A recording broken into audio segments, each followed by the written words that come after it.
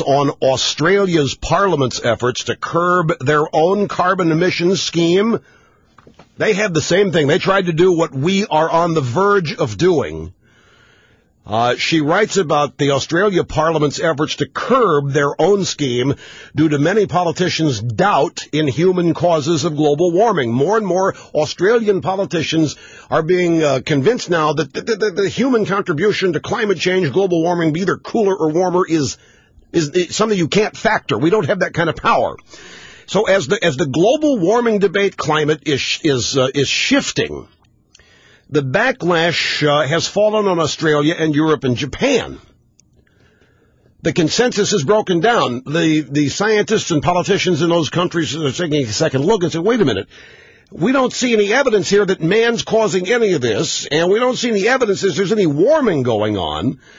Now, this is not being reported widely in the United States, but it's happening in Australia and Japan and Europe. It's happening there, and the reason it's not being reported here is because, of course, our star is Al Gore and the United Nations. And the media goes out, they smear any dissenters. After listing scientists from all over the world who are skeptical of man-made global warming, Kimberly Strassel writes this: the collapse of the consensus has been driven by reality. The inconvenient truth is that the Earth's temperatures have flatlined since 2001, despite growing concentrations of CO2. Peer-reviewed research has debunked doomsday scenarios about the polar ice caps, hurricanes, malaria, extinctions, rising oceans. A global financial crisis has politicians taking a harder look at the science that would require them to hamstring their economies even more to rein in carbon.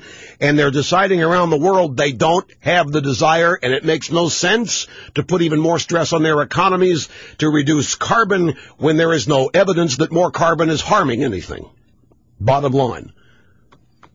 Our official climatologist here, Roy Spencer, at the University of Alabama at Huntsville, sent me a little note last night. Let me find the stack here.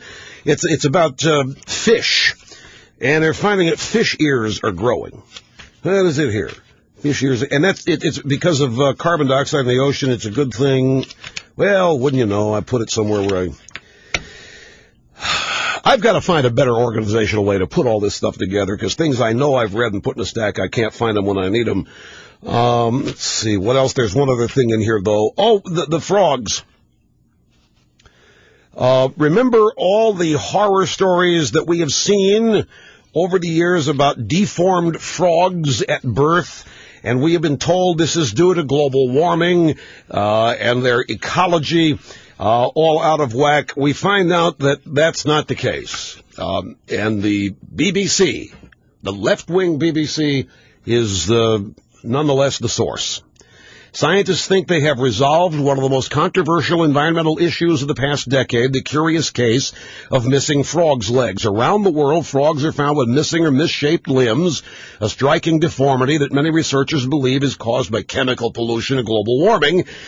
However, tests on frogs and toads have revealed a more natural, benign cause. The deformed frogs are actually victims of the predatory habits of dragonfly nymphs, which eat the legs of tadpoles.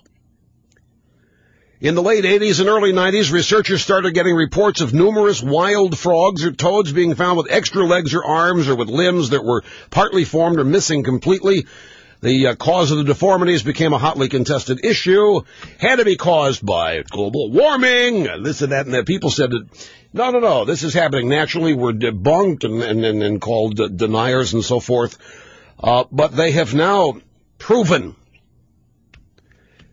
that these deformed frogs are simply nature taking its course. Nothing to do with man, nothing to do with us. Now, the cap and trade bill will probably tax dragonflies once they learn about this.